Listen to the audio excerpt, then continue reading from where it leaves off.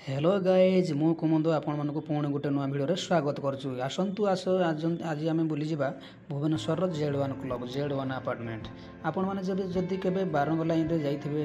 कि नंदनकानन आड़े जाइथिबे ताले एई अपार्टमेंटटा आपण मैंने निहाती देखिथिबे किंतु आपण मैंने बाहर देखिथिबे भीतर आड़े तो केवे जाई नथिबे। देखंतु एटा होची Z1 क्लब रो रेस्टोरेंट आउ एइठी को मु जेहेतु गोटे डेलीवरी काम करछि मु गोटे डेलीवरी देबा पई गोटे जिनिस देबा पई आसीथिली आ मु चिंता कली जे मो व्यूअर्स मानको मो दर्शक मानको एई भिडियोटा टिके या भीतर दृश्यटा टिके देखेबे सेति पई गोटे मु भिडियो करदेली। आ जदि मो भिडियो भलो लागुथाय ताले चैनल को सब्सक्राइब करंतु लाइक करंतु आ भिडियो विषय रे कमेंट करके निश्चिंत जणांतु।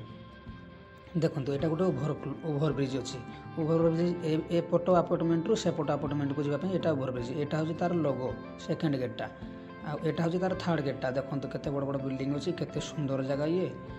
बाली धूली भाई किसी ना यहाँ लोक मैंने सैड रे बुलाबुली करने पार्क सिस्टम कराई वाटरफॉल सिस्टम कराई आईटा ओभरब्रिजटा देखो गोटे बाइक जाऊँगी आ खजुरी गछ को काटी काटी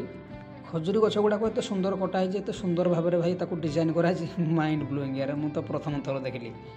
है आउटे देखूँ मु जो छिड़ाई एपटे से पछपटे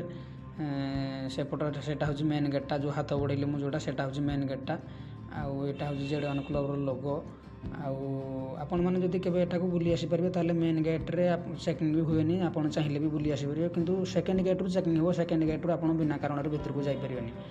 आईटा देखो मो बाइक अच्छे मु जो डेलीवरी काम आसती ना बाइक छाड़ी करना भिडियो कर मत भय लगुच भिडियो करने तथापि मुझे करदेली कम आसी गोटे भिडियो कर दिए। तो थैंक यू धन्यवाद।